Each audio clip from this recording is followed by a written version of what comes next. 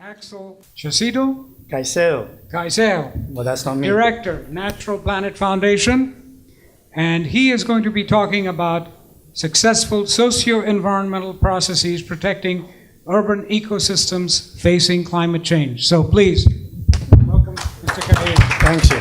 My name is Shahin Majidion, and I'm also with the foundation, and I will be having this presentation. First of all, thank you for the ICD for having us. A great pleasure to be here and to present this about socio-environmental processes in urban ecosystems facing climate change, case study Bogota. I will begin with a geographical and physical background of where we are and the areas we're talking about. So Bogota is located in the department of Cundinamarca. Bogota, Colombia is the white map, and Cundinamarca is in the middle, and Bogota is in the middle of Cundinamarca. And it's lying on the Bogota savanna, which is a high Andean plateau. And this is the 20 localities of Bogota. The altitude is pretty high up, between 2,500 and 3,200 meters above the sea level, which makes a pretty cool climate and really not something that you expect from being that close to the equator. It's a multi-million city, one of the biggest on the earth, and I suppose that now it has grown even more, reaching 8 million. The average temperature, very low, and so on. We're going to talk about the wetlands in Bogota. And according to the International Ramsar Convention that was developed in 1971, wetlands are extensions of marshes, swamps and bogs, or areas covered by water, natural or artificial, permanent or temporary. So we have 3 different kinds of wetlands. We have the dry part, we have the wet part, which is basically a kind of lake, and we have the swampy part. And in the district of policy is the Colombian concept, and they are, according to Colombia, a great natural and cultural value. Here is an intersection of Colombia, and up here to the left we have the Páramos, and the Páramos is a kind of a moorland which is unique to the neotropics. The majority of the world's Páramos are situated in Colombia, but also in Venezuela, in Peru, and Ecuador. And then we have the Rio Bogota, which is where Bogota is located. And then there is a slope down to Rio Magdalena, which is only barely above sea level. Just a quick topic about the Páramos. They are extremely important for Colombia. They are net producers of water. Because of their high altitude, there is a constant mist. And there are a special plant called the frailejón, which is able to capture this water vapor and fixate it into the ground. Like legumes are nitrogen fixators, this frailejón is a water fixator. And as the ground filtrates the water, it will eventually reach the high plains and supply cities like Bogota with fresh water. The problem is that climate change is creating problems, especially through El Niño, its counterpart La Niña. So in times of dry spells, these frailejóns won't be able to capture as much vapor and won't be filtering the same amount of water down to the Rio Bogota, which will lead to water scarcity for millions of people. This is Bogota, and the north is towards here. And you can see the flags are areas of wetland, and you can see that they are mostly in the western part of the city. All of them are somehow connected to the western boundary, which is the Bogota River. And that has some important implications, which I will come back to later. The wetlands are very rich in terms of biodiversity, 153 bird species, and I was comparing this with Sweden, where I'm from. The wetlands in Bogota are 5 square kilometers, and they have 150 bird species. Sweden, which has 450,000 square kilometers, has only 3 times the species of birds. So the concentration of animals is really immense. And many of these are threatened because of the urbanization and so on.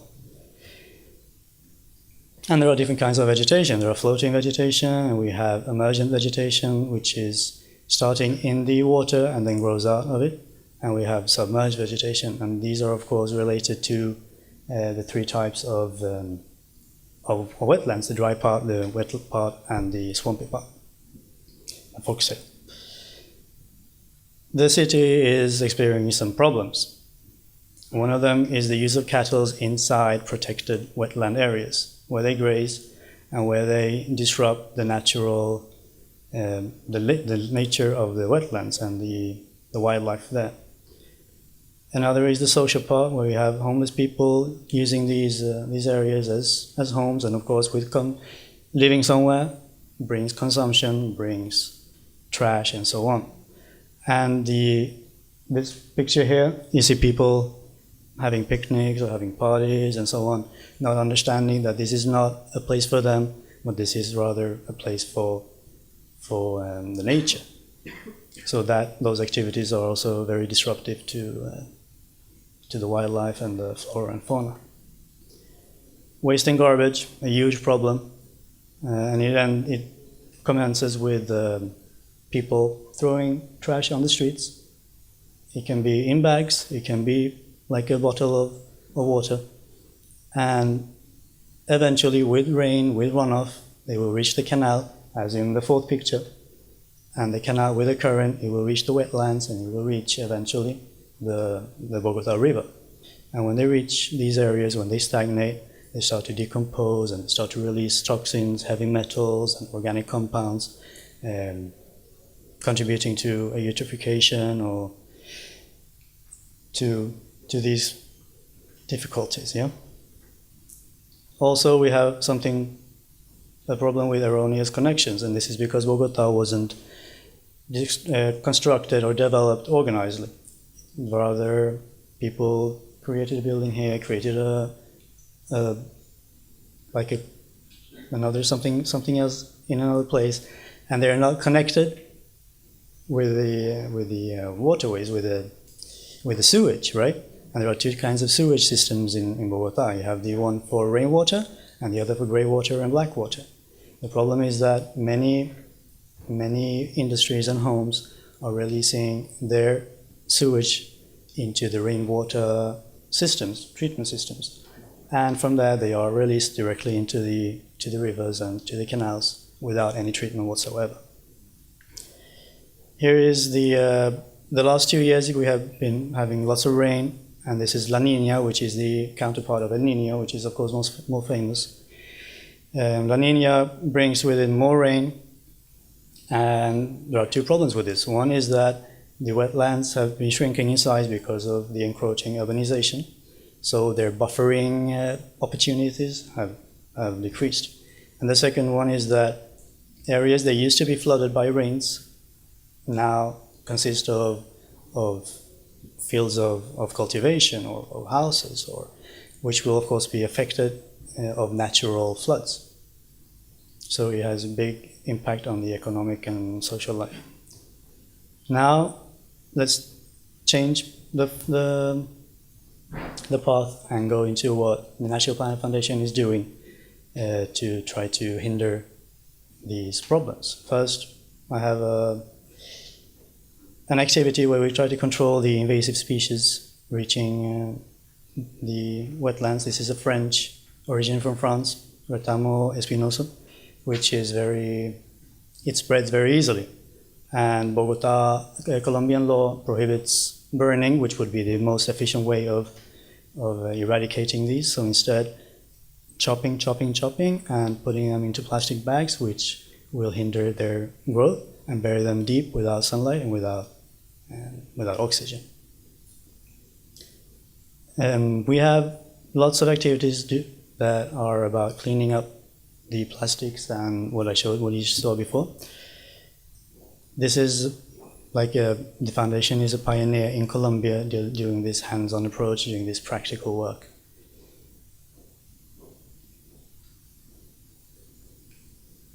This is a project called the Ecological Vacation, where we had a project with kids, because kids, that's like the younger you are, the more you will get into your head, because you haven't been formatted yet. So they did theatrical plays with recycled materials. We had workshops with them, and we had tree plantations with them. In 2007, more cleaning up, and these plastic bags are filled with trash that can be found in the wetlands. And it doesn't matter how much you clean up, there are always more. And this is on Earth Day. And even more tree planting, because that's also important. Trees are a great buffer against floodings. More cleaning up and more, we got a project funded by the World Bank, which was great, and we had schools registering for these kind of projects. More tree plantation. And we also traveled all along the Rio Salitre, which is, I live very close to this river, and passing it is like passing an open sewage. It's really, the smell is horrible, and you feel like throwing up every time you pass it. So we did this traveling along with it to try to raise the awareness to the people living near it, to all the communities, so that they will realize what kind of ecosystems they have nearby, and how their activities, how their consumption, how their throwing away garbage is connected to the state of the wetlands and the river. This is the river, and it's a very sad sight, being in a concrete, and every now and then you see large chunks of garbage that have flowed together. A seminar on health and environment and the relationship between those two, because that's also something that is absolutely crucial. People are working for the environment because of the environment or because of animals. Others are doing it for the health of us. And that's a connection that people are not aware of. A bad environment will affect a bad river will have a lousy drinking water quality, and you will get sick. By 2008, we created three networks called People in Mind, and this is for one of the localities in Bogota called Engativa.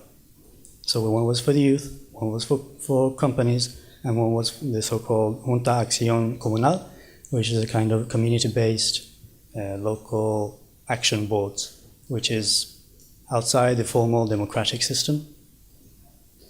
And the idea was to increase the awareness of the state of the wetlands and how everyone is contributing to it.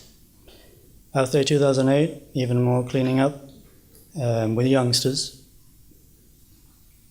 So the participants filled more than one bag each, and we're talking about these big plastic bags with garbage. It's amazing. It's incredible how much ends up in these wetlands. Even more, we're cleaning up now. We have received attention from by 2009 we have achieved attention from the Environmental Police, which is a kind of police that is dedicated specifically to deal with environmental crimes. The week of wetlands, we have a day of wetlands, but the foundation extends it to a whole week. And we have a workshop with local community leaders, and after the theoretical part, we go out with them to do cleaning up. And that's a really important part, because we don't want to focus only on the theoretical part. We want to do the practical. We want to have the approach of learning by doing, because then it will stick easier. So when they will enter the wetland, they have lots of information that they have recently acquired. And then they will see, and then they will smell, and then they will touch, and they will see all the effects that our behavior has on the wetlands. So the experience is so much greater, and the understanding is on a completely different level. More Earth Day, more planting, and of course all these are native species which are supposed to last forever or until they die. We use the media of course, and this is something that we have been able to do thanks to invitations from various channels. Christmas cleaning up, the World Water Day, and we try to use these environmental official days like the Earth Day, World Water Day, and Wetland Day to create like a synergy and because people are already aware that there is something environmental going on, so why not try to extend that. This is our flagship, more or less, for the moment. It's a course in environmental education regarding the conservation of wetlands. And we just finished the second cycle, and this is a free course for everyone interested to take part in a 4 months course, including both theoretical and practical parts. And we go out to various wetlands and also outside Bogota to see the differences between wetlands, between ecosystems, and the state of them, and of course our impact, the human impact on them. The Leaving a Footprint project in the Tibauyes wetland. Even more trash.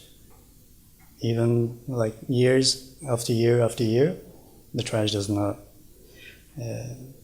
diminish, unfortunately.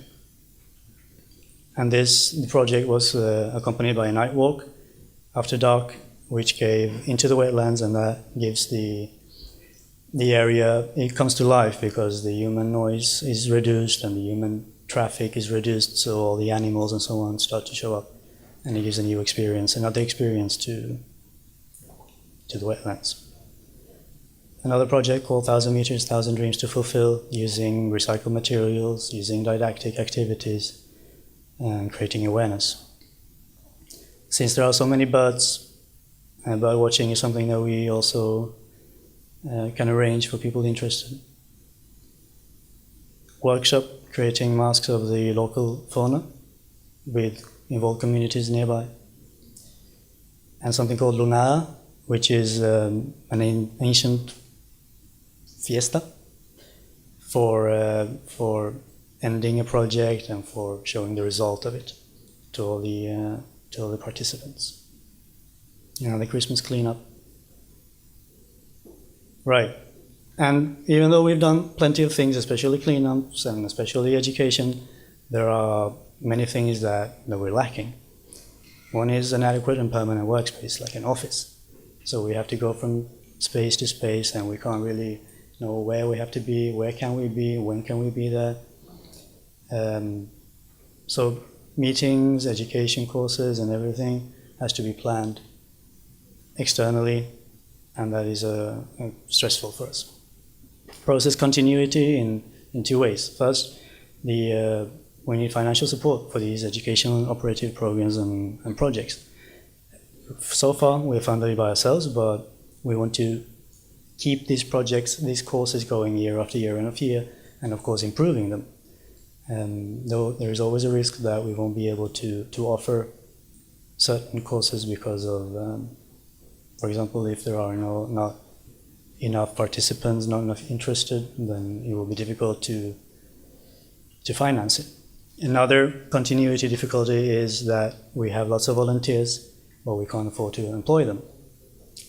And they learn a lot, theoretically and practically, and after their volunteering year is over and they need a job, they will take that experience and that knowledge with them and use it on the next workplace, while the foundation is left having to start over with a new group and putting effort and time and money into educating them. So it's a kind of a brain drain on an organizational level, and that's very stressful as well. Lack of awareness among the citizens, which is directly tied to the lack of money, so we can't have these educational courses. Divulgation through digital and physical media is really crucial to reach out to possible schools or communities that are not very aware of these of the wetlands and the state and so on. International collaboration. We really welcome all these types, and that's why we also have recently started up an office in Valencia in Spain. And this is not just about money. This is about knowledge. This is about the transfer and sharing of information and knowledge or best practices. How do communities work in other parts of the world with similar projects, similar activities? How can we share our knowledge and our expertise and helping other activities? So that is something that we really want to focus on and to develop. Just the two projects that we are currently working on. One is the creation of a forestal reserve in Oiba, which is a municipality a couple of hours north of Bogota. And it's really beautiful, it's completely wild.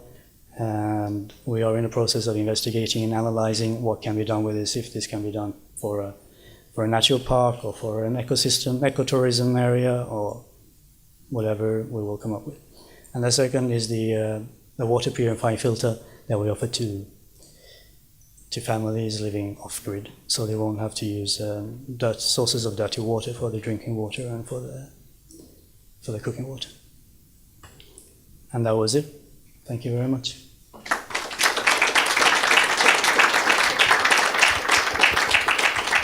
Thank you very much, and also thank you very much for making the long journey to come to Germany. We really appreciated that. I think you're the only Latin American representative and Very speaker, nice, very so nice. very important to have you here. We'd be very happy to take your questions and also your comments and also your feedback.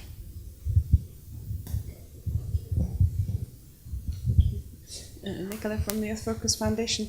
How is the garbage actually treated before it gets to the river? Is there It's not collection? treated. It's not You treated mean at it's all. just all thrown in the street and In you the have street no, or in the canals. no business, no landfill? The thing is no that in Colombia, there are no garbage cans.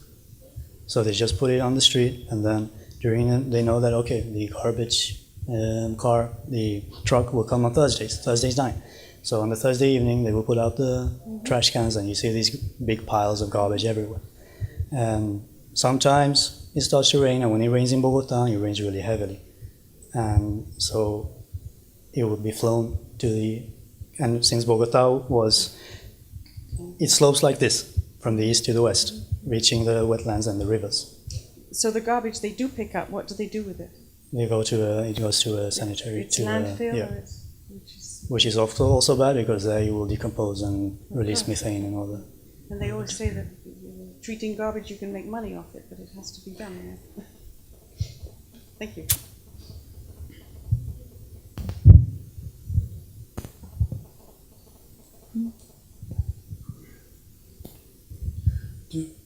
Does the government of Colombia has the Department of Environmental Affairs? And this is what Axel always tells me, since he's a real Colombian, that there are excellent rules, there are excellent laws, and everything is really strictly in the laws. It says you can't do this, you can't do that, and you can't do this here.